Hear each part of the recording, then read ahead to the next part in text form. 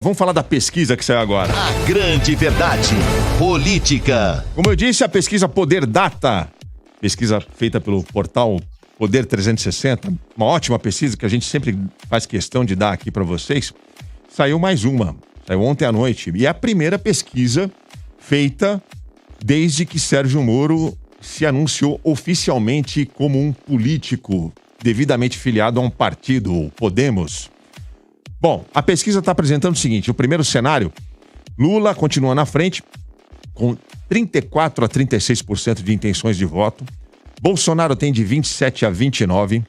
Na terceira colocação vem o Sérgio Moro, com 8%. Ciro Gomes aparece em quarto lugar com 7%. Dória com 5%. Mandetta com 3%. Alessandro Vieira com 2%. Cabo Daciolo com 2%. Rodrigo Pacheco e Luiz Felipe Dávila não pontuaram. Aí tem o segundo cenário, que é sai o Dória e entra o Eduardo Leite, porque a gente não tem ainda a definição do PSDB. Então, quando entra o Eduardo Leite, fica assim: Lula continua em primeiro com 36 pontos, Bolsonaro com 27, Ciro Gomes com 9, ele aumenta um pontinho e passa o Moro, que fica com 8. O Leite entra com 5 pontos percentuais, Daciolo vai para 3 pontos, Mandetta 2, Alessandro Vieira 1, Luiz Felipe Dávila e Rodrigo Pacheco não pontuam.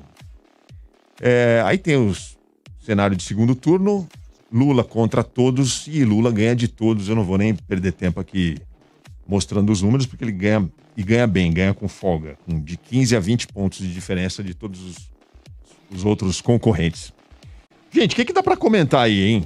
Cabo Daciolo dando mais pontos do que o Mandetta, do que eu posso dar uma de pai de Iná aqui, tentar trazer aqui alguns elementos para a gente pensar um pouquinho. Manda aí. Então vamos lá aqui. Bom, em primeiro lugar, os números que a gente tem aí dessa pesquisa, eles são números que, de certa forma, não trazem muitas revelações em relação aos dois principais candidatos. Lula e Bolsonaro são os dois que estão com grande vantagem nessa eleição.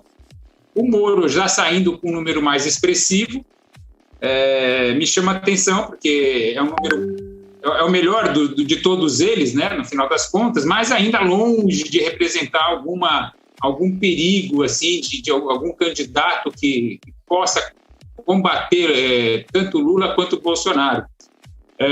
Ele tem uma vantagem aí, quem tiver com mais número, um número mais expressivo lá na frente, pode aglutinar as outras lideranças, mas eu, sinceramente, não acredito que um Ciro, que tem um número muito expressivo de 7%, vai sair da candidatura, vai deixar de ser candidato para apoiar um candidato como Sérgio Moro. Assim como também, se for o Dória, eu não acredito muito nisso. Então, esse que é o cenário preocupante, no sentido de não termos uma terceira via, um candidato da terceira via que represente todos, né? Que represente, seja um candidato único, na verdade. Esse é o quadro que eu enxergo no momento. E, por outro lado, eu gostaria de chamar a atenção para uma outra coisa que talvez a gente não esteja prestando atenção. Um candidato chamado Jair Bolsonaro. O Bolsonaro, se a gente prestar atenção agora, ele anda quietinho, né? Ele não tem feito assim, não tem arranjado muitas... Não disse que vai dar golpe, faz tempo que ele não fala que vai dar golpe. Né? Exatamente, acho que o principal é isso, ele não tem falado que vai dar golpe. Faz tempo que ele não fala, não xinga ninguém do Supremo, faz tempo, tá comportadinho. Exatamente. Então, nesse sentido, ele está um pouco mais comportado. E aí, pode ser que com esse tipo de comportamento ele ganhe alguns eleitores, ele ganhe alguns pontos aí entre um eleitorado mais conservador, que tenha o medo, né, do PT, que tenha medo de Lula. A única coisa que joga contra Bolsonaro é o cenário econômico, que a gente sabe que a inflação nas alturas, corroendo o poder econômico, o poder de compra das pessoas. Isso vai atrapalhar bastante o Bolsonaro, independente dele estar aí com uma ajuda aí, um Bolsa... Como é que chama? Bolsa Brasil, não? Auxílio Brasil. Auxílio Brasil, perdão. com esse dinheiro aí, distribuindo dinheiro e, logicamente, quando chegar lá no final da próxima eleição, vai rolar aquela velha história, que se o Bolsonaro não ganhar, fica esperto porque você não vai ganhar nada. É isso que essa vai ser a ladainha no final da campanha, perto da eleição. Oi, Nagaki, você que tá colado nas redes aí, você não perde um tweet de ninguém. Você viu aí, né, o pessoal tá assim, num frisson pra falar que o Moro veio e aconteceu e já vai vir com 2 dígitos, né? Ó, até ontem tinha aí uma especulação de que tinham duas pesquisas para sair que já iam trazer o Moro com 2 dígitos. E, no entanto, ele veio... Essa é uma pesquisa séria, que a gente gosta sempre de repetir isso aqui. Ele veio com 8 pontos. Uhum. Não é pouco, não estou desprezando. Mas não foi isso tudo que estavam falando. Tá rolando uma torcida já, né, cara? O que você acha? A gente vê, por exemplo, o Pedro Bial entrevistando o Moro, elogiando a voz do rapaz. Agora a novidade do general Santos Cruz se filiando ao Podemos. Então tem todo o noticiário que está procurando beneficiar o Moro. Então a gente já percebe que é uma certa torcida para que essa candidatura vingue. Até porque a tal da terceira via não emplacou ninguém até agora. E depois da gente ter visto o fracasso retumbante do aplicativo das prévias do PSDB, então, de fato, está todo mundo apostando suas fichas na novidade da vez com o Moro. Agora, vai vingar? Vai depender da capacidade do Moro conseguir articular uma boa chapa que dê a ele a força que o Podemos não tem. Porque o Podemos é um partido singelo, que assim, tem uma base muito significativa no Senado Federal, mas não consegue ainda uma penetração nos pequenos e nos médios municípios do Brasil. Agora, se o Podemos, se o Sérgio Moro conseguir fazer uma chapa que una, por exemplo, ao pessoal do partido do Mandetta, a União Brasil, se conseguir articular alguma coisa com o MDB, que está agora lançando com um balão de ensaio a pré-candidatura da Simone Tebet, vamos ver, porque a princípio é a grande novidade midiática, quem está chamando a atenção, quem está conseguindo espaço nas principais manchetes e portais e de jornais, e tem potencial até porque o que a gente está vendo até agora é um grande vácuo da terceira via. Bolsonaro quietinho, tá, bem ou mal, não está conseguindo se auto-sabotar como estava fazendo algumas semanas atrás. Lula, acho que a grande esperança dele para conseguir atrair um eleitorado mais conservador é tentar fechar a chapa com o Geraldo Alckmin. Enquanto isso, a gente está vendo essa tentativa do Moro se consolidar como a grande opção na terceira via. O que eu acho que é um grande dilema, acho que no momento a candidatura que mais está tendo que sentar no divã e pesar se vai realmente chegar até 2022 é a do Ciro Gomes, porque ele é um cara que já foi oficializado como candidato do PDT, é alguém que tem batido muito no Lula, tem batido no Bolsonaro, tem feito uma agenda de pré-candidato, mas até agora não consegue sair do patamar dos 6, 7, 8 pontos percentuais. Então, é muito difícil que a gente consiga ver o Ciro superar esse aparente teto de 7 pontos. Inclusive porque o Ciro também é um candidato conhecido por ser muito boquiroto. É um cara que não consegue medir suas palavras, digamos assim, e isso acaba atrapalhando muito também possíveis alianças políticas, né? Só com o PDT, o Ciro não vai conseguir sair muito desses 7 pontos mesmo. Professor Rodrigo Prando, e aí, como é que o senhor viu esses números aí? O senhor tem acompanhado as pesquisas? O senhor não, você tem acompanhado as pesquisas? Cabo Daciolo na frente do Mandetta, do Alessandro Vieira, do Rodrigo Pacheco. Quem é o perfil que vota no Cabo Daciolo, hein? Glória a Deus, né? Enfim, deve se acreditar isso, a crença do de um eleitorado que vai junto com o Daciolo, enfim. A questão é a seguinte, né, Aldrin, os colegas aqui que me antecederam fizeram um bom desenho do quadro, lembrando que é uma primeira pesquisa depois do anúncio do Sérgio Moro. Pesquisa eleitoral é uma fotografia, e a gente até a eleição do ano que vem tem praticamente um ano, que é um filme muito grande ainda, né, para ser rodado ao longo do tempo. Embora o Moro não tenha chegado com 2 dígitos, me parece que na pesquisa a margem de erro costuma ser de 2% a 3% para mais ou para menos, ele poderia sim já estar ali na casa dos 10%, não numericamente, mas dentro da margem de erro, e aí isso aí teria que ser descontado ou acrescentado para todos. Conforme o Alexandre falava aqui, e eu escrevi um artigo faz um tempinho dizendo o seguinte, olha, o Sérgio Moro tem 2 movimentos que vão definir como o Moro deve se posicionar. O primeiro deles é a evolução na intenção de voto, o que já é para ele bastante expressivo e, por certo, ele está comemorando. O outro movimento é o movimento que reclama apoio político. Quais seriam as forças políticas que entrariam numa candidatura a Moro? Dentre todos esses candidatos, o Moro tem algo muito importante, que é uma imagem consolidada e comunicada, que é uma imagem de anti-lulopetismo, ou seja, ele foi o maior algoz do Lula na Operação Lava Jato, e isso faz com que um percentual de eleitores antipetistas e antilulistas estejam com o Moro, né, e esses são efetivamente lavajatistas e moristas, e ele também saiu do governo Bolsonaro acusando o presidente Bolsonaro de intervenção política na Polícia Federal, então ele tem essa imagem comunicada. Os outros não têm isso. Agora, o Moro terá que responder por tudo aquilo que na condição de juiz acabou fazendo na condição da Operação Lava Jato. O Alexandre também lembrou, né, dos elogios muito sinceros do Bial, dizendo que melhorou inclusive a voz do Sérgio Moro, né, que ele está fazendo fonoaudióloga para melhorar, diz que já estava boa, enfim, né, o que é o Bial, né, falando da voz do Sérgio Moro, mas eu achei engraçado isso aí. Acontece que daqui para frente a gente já pelo menos consegue ver um resultado. Me parece que o movimento hoje é o Mandetta deixar claro que retira sua pré-candidatura, né? O Mandetta quis ser um dos incentivadores da chamada terceira via.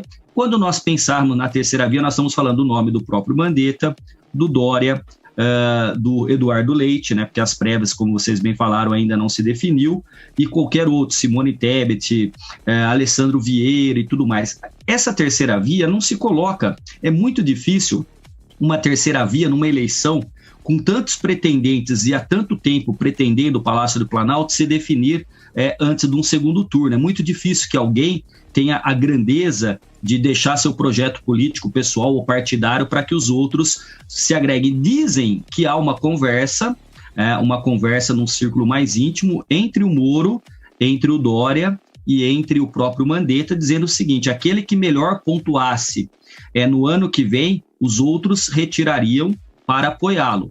Eu acho difícil, de fato, o Ciro Gomes recuar desse projeto, né? Agora, os outros até podem, a depender, eu inclusive acho que, dependendo do quanto pontue o Dória, ele nem abandona o governo do estado e concorre à reeleição para não ser derrotado ainda no primeiro turno. O Lula vai bem, e o Lula, lembrando que ele terminou o segundo mandato com 80% de aprovação, né? Enfim, fez a Dilma Rousseff, mas na propaganda do PT ultimamente vocês podem perceber que não existe governo Dilma Rousseff, são os 8 anos de Lula sem Dilma, né? Então Dilma já foi defenestrada, e o Moro o Ciro Gomes está tentando de todos os jeitos passar aí um Cirão da massa, o Ciro Paz e Amor, naquele mesmo movimento que já fez o Lula, tentando, como disse o Alexandre também, não ser boquiroto, não dar declarações polêmicas, mas é tentativa aí de tornar a água em vinho, vinho em água, porque cada um é o que é e em algum momento aparece. Então, Aldrin e demais colegas, para mim ainda é muito cedo, mas o Moro vem com uma vantagem, além de tudo que eu falei, que é tirar eleitores do Bolsonaro. O Bolsonaro, e o Paulo está certo, Bolsonaro ficou mais quietinho e tudo mais. A grande questão também é que o Bolsonaro ficou quieto porque ele percebeu que ele esticou tanto que podia estourar a corda quando ele fez aquela carta, quando ele deu aquela declaração no 7 de setembro e depois teve que pedir que o Temer ajudasse a redigir uma carta para amainar os ânimos, porque ele disse que não cumpriria a decisão judicial emanada do Supremo Tribunal Federal, e a coisa ficou feia para o presidente. O presidente vai nesse jogo e vai tentar. Agora, inclusive, se o presidente for superado para o Moro, não é estranho o Bolsonaro abandonar a candidatura, concorrer aí ao Senado ou deputado federal, e concorrendo como deputado federal, Bolsonaro permanece no tamanho que ele sempre teve. Ele nunca poderia ter passado disso em termos políticos, ficaria ali como deputado para não ser derrotado e manter foro privilegiado para os próximos anos. O professor já foi lá longe, hein? Já foi até na hipótese do Bolsonaro sequer se candidatar. É possível. Isso, Alder. Já ouvi essa hipótese aí em alguns lugares. Eu queria perguntar para a economista Yolanda Fordeloni. Normal, né? O Moro tá com esse grande destaque nesse momento, porque, como vocês disseram, ele é a novidade midiática aí nesse tabuleiro das eleições. Não tem como a imprensa não cobrir agora cada passo do Sérgio Moro. Mas ele tem dado algumas poucas entrevistas. E, Yolanda, você como economista, você tem prestado atenção no que ele tem falado, no pouco que ele tem falado no campo econômico, em soluções? Como é que ele está enxergando os problemas na área da economia no Brasil? Você está satisfeita com o que o Moro tem dito até agora ou ainda é cedo? Ainda é cedo, eu vou no caminho de que ainda é cedo. Eu acho que é um movimento natural, né? Ele sair da pauta lavajatista, né? Até porque ele tem que se desvincular de só falar sobre tudo que ele participou ali no histórico recente, né? Era esperado que ele passasse a falar mais sobre economia e outras pautas. No campo da economia, ele tem se posicionado contra a PEC dos precatórios da maneira como ela está hoje, contra a política econômica do governo, o que eu acho que também é esperado, porque é um aceno pró-mercado, né? Nesse momento, ele tem que ganhar força na candidatura dele, então ele está falando o que o mercado quer ouvir. É um pouco por aí que eu enxergo. Tá se fortalecendo porque ele sabe que vai vir uma bateria contra ele. Já começou, né? Nas redes sociais já é perceptível isso, né, Inagai? O Moro já é o cara mais atacado aí nas redes bolsonaristas. Traidor. Já chamaram ele até de comunista, pô. Chamaram o Moro de comunista. Não só bolsonarista, mas nas redes petistas também. Eu já vi tanto... Sim, verdade. Gente da direita quanto da esquerda atacando ele, né? O da direita, enfim, falando ali dele ter abandonado o barco, e quem é da esquerda ali, mais ligado ao PT, atrelando a figura dele a tudo que aconteceu na Lava Jato e tudo mais. Então, eu acho que é um grande desafio para ele. Eu até nunca acreditei numa terceira via consolidada, porque acho que a gente veio de uma eleição tão polarizada ali na última eleição de presidência, que é difícil, né, você unificar forças tão distintas, porque para, de fato, se posicionar como uma terceira via concreta, você vai ter que tirar voto do Lula e vai ter que tirar voto ali do Bolsonaro. E acho que esse é o grande desafio dele também, assim como os outros candidatos, mas ele tem o seu lado positivo por ter essa figura já muito consolidada, né? Anti-PT, anticorrupção. Então, acho que o desafio dele é trazer um pouco mais a esquerda, ali pelo menos a centro-esquerda, para a base dele. Vou perguntar um negócio para o professor Rodrigo Prando. Os críticos do Sérgio Moro gostam de dizer que o Podemos e o Sérgio Moro estão virando aí um lugar para os bolsonaristas arrependidos se colocarem, né? Agora temos um candidato. Ele tem virado tipo a tábua da salvação dessa galera que votou no Bolsonaro em 2018, se arrependeu, estava quietinha, estava com vergonha e já está indo embarcar nessa do Podemos e do Sérgio Moro. E aí os críticos têm falado aí, tá vendo? É um outro Bolsonaro. Estão falando isso do Sérgio Moro, já li isso em vários lugares.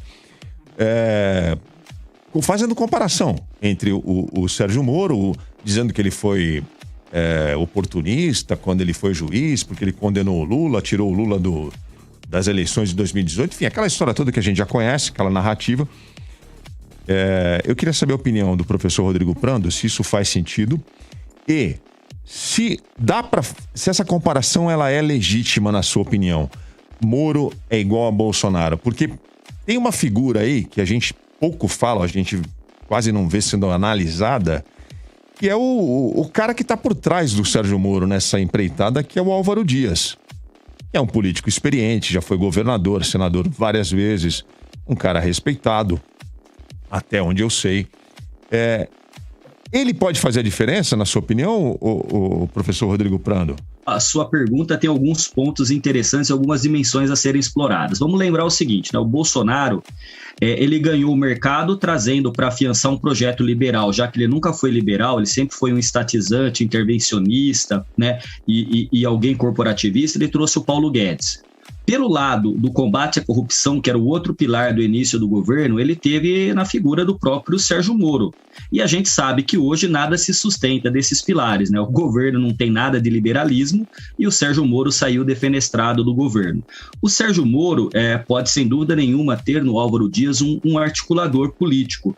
E muita gente, Aldrin, tem dito, de fato, que o Moro ele seria quase que um Bolsonaro de sapatênis. Eu já escutei, inclusive, dizerem que o Moro é o bolsonarismo que sabe usar os talheres e se comportar à mesa, né? Agora, veja, o que existe de comum na figura do Bolsonaro, na figura do Lula ou na figura do Moro? Existe um componente muito claro da cultura política brasileira, que é o salvacionismo, a ideia de que um líder messiânico paira acima da sociedade e vai nos redimir de todos os males, né? Tem muita gente que acredita que a política ela tem que ser limpada, ela tem que ser asséptica, ela tem que ter alguma coisa ali de um ácido que tire ali todo aquilo que corrói.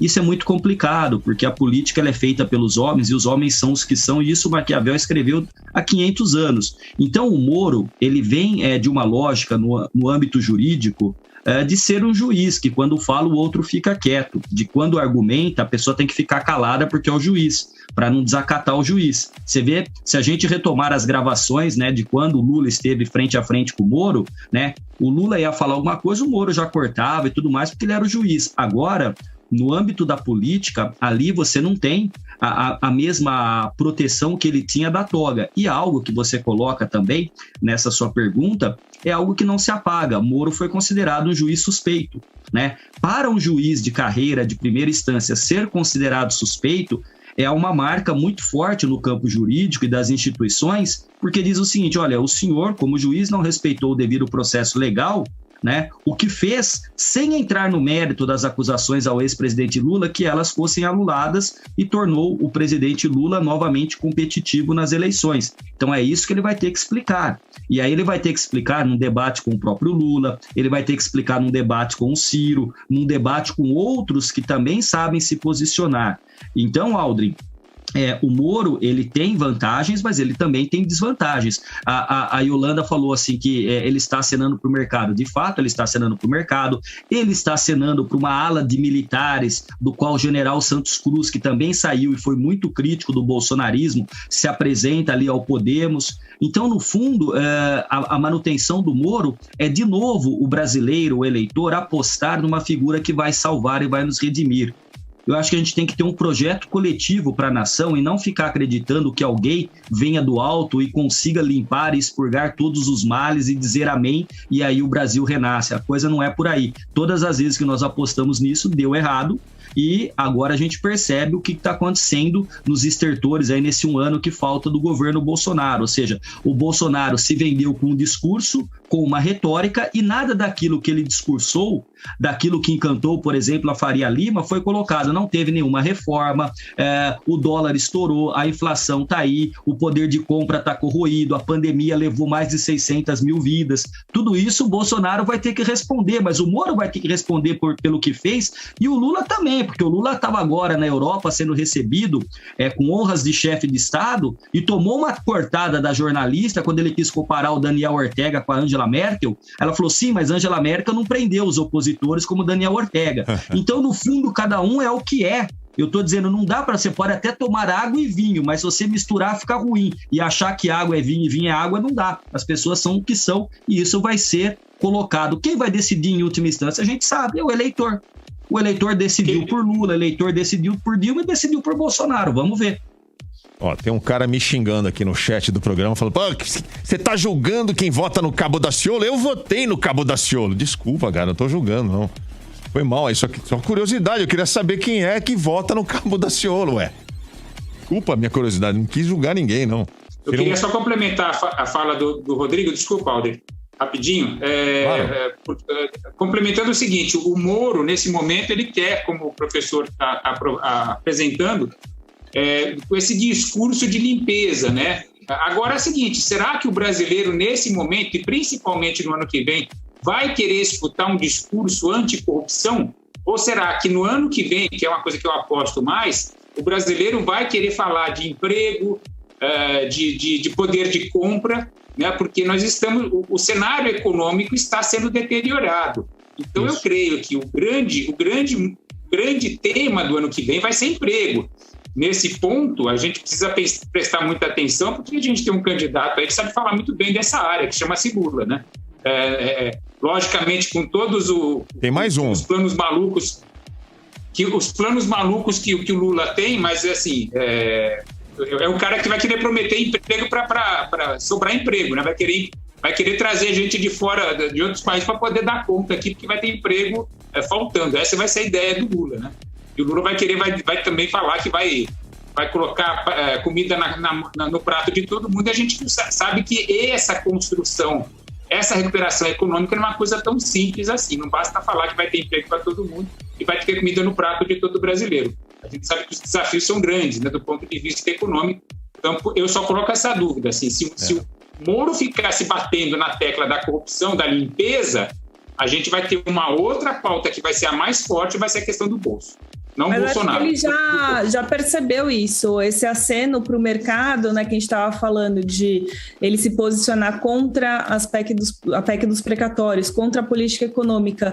É uma mescla, né, de aceno para o mercado, mas também começando a se posicionar em outras pautas, porque ninguém se elege só falando contra a corrupção, né? Tirando a figura do Bolsonaro, que acho que foi outsider total ali da política, acho que já está bem claro que a nossa crise é bem profunda e que se o candidato não se posicionar nessa pauta, seja falando de inflação, seja falando de renda, falando de desemprego, como o Paulo comentou, enfim, vai ficar para trás. E ele já percebeu isso.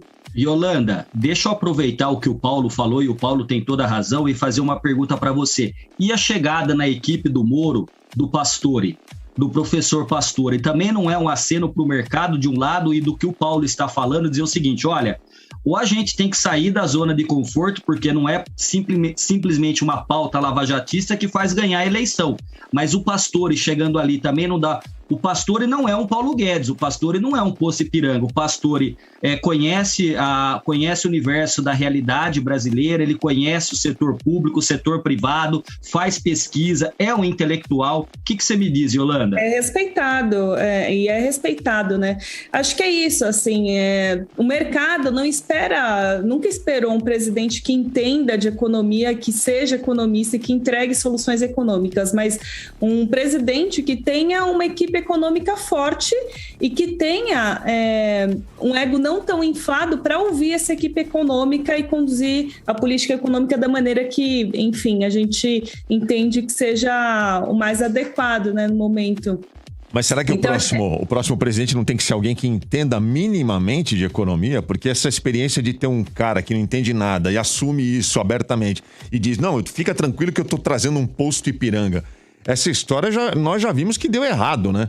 Será que não é hora de ter um presidente que... Sim, né? O mínimo sim, mas não precisa ser um especialista também. A gente também tem o exemplo da Dilma, que é economista, e olha no que deu, né? Então, eu acho que o ponto principal é você ouvir quem está ali na equipe econômica e ter uma equipe econômica forte. O Pastore, se eu não me engano, ele não acenou, né? Que ele está ali auxiliando, né, o Moro, mas ele não acenou que vai ser qualquer tipo de ministro, nada disso, mas enfim, a gente sabe que a chegada dele ali, a proximidade dele do Moro foi vista com bons olhos pelo mercado, sim. Só queria dizer uma coisa, não dá para subestimar, já falei isso antes, o Nagá que vai lembrar, não subestimem João Dória, hein?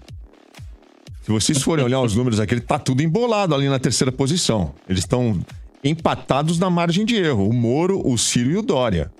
Mesmo o Moro com todo esse destaque na imprensa, mesmo o Ciro Gomes em campanha há 4 anos, o João Dória ainda não botou a campanha dele na rua e tá com 5 pontos. Mas esse atraso nas prévias do PSDB foi um tiro no pé para ele, né? Porque atrasou um pouco a candidatura atrasou uma semana. Mas... e bagunçou um pouco ali o coreto, né? O Dória sabe falar sobre essa questão do emprego. O Dória é um cara que sabe reunir equipe, montar equipe para resolver a economia. Eu acho que ele vai vir com o pé no acelerador nesse território. Nessa história toda que a gente está discutindo de economia, é sempre bom lembrar que o secretário de Fazenda do governo de São Paulo é o Henrique Meirelles. O PIB de São Paulo cresceu muito além do que o restante do Brasil diante de toda essa crise, né? Então, se a gente for lembrar dessa parte da economia, de fato, Dória é alguém que está muito bem censurado nessa área. O drama, né? O drama é aquele que todos nós já sabemos. PSDB é um partido dividido desde sempre, muito mais caciques do que eleitorado, no final das contas, e agora se degladiando com prévias que a gente nem sabe quando é que vão terminar, se é que vão terminar, né? Lembrando que em 2018 o candidato foi o Henrique Meirelles, citado aí pelo Inagaki. Você lembra quanto que ele terminou a eleição, o Inagaki, com quantos por cento? Ele terminou atrás do Cabo Daciolo. 1%. O Meirelles Mas o Cabo Daciolo é o voto de protesto, né? Então tem um pouco disso também. Eu não sei. Não sei quem que vota no Cabo Daciolo. Queria saber. Alexandre, e a sua lembrança do Meirelles, vamos pensar que no primeiro dia de governo do Dória, ele não monta um secretariado, ele montou um ministério. Ele estava no primeiro dia como governador montando um secretariado ministerial. E para mim, o discurso dele, sendo o vencedor das prévias, vai ser essa questão que você coloca do crescimento econômico de São Paulo, que está acima dos outros estados e acima da média do Brasil, e a questão da vacinação. Porque não fosse o Dória lutando pela vacina no braço das pessoas, o governo não ia ter mandado um avião vazio que voltou vazio da Índia para tentar fazer a segunda vacina que não deu certo, né? Ou seja, o governo Bolsonaro na pandemia foi um governo absolutamente reativo. Ele reagia ao que os outros faziam, reagia tardiamente e de maneira muito ruim, né? Então, eu acho que isso. O Aldrin falou disso para mim lá no lançamento do livro, né, que o Paulo estava colocando aí, tá no mercado, o livro sensacional, Princesa de Maquiavel, né, Paulo? O livro lá, e o Aldrin comentou isso. Não subestime o Dória. Não, eu não subestimo. A grande questão é que se nós apostássemos na razão, na racionalidade, eu acho que o Dória tenderia a crescer. O problema é que política tem muito de paixão e do irracional, e não, né? A Yolanda fez assim com a cabeça, os economistas querem, né, fazer fórmulas tremendas, e eles vão lá, eles montam a estrutura, falou, tá aqui, aí o político fala, não, deixa eu ir lá e vai por ele, acabou. Então, assim, é terrível isso, mas de fato é o que acontece, né? Eu queria só que eu tava lendo aqui. Apareceram mais 3 eleitores do Cabo Daciolo aqui no nosso chat. Eu perguntei quem é a pessoa que vota no Cabo Daciolo. Eu tô achando que é o público que ouve a gente. Pois é. Mas na última mais eleição 3 aqui. Mas na última eleição teve bastante de voto de protesto. O pessoal comentava, né? Aldrin, pergunte pro eleitor aí que vota no Daciolo por que ele votou. Ajuda a gente a entender, então, se é um voto de protesto mesmo. Eu tô com medo do que eles vão responder. A grande verdade.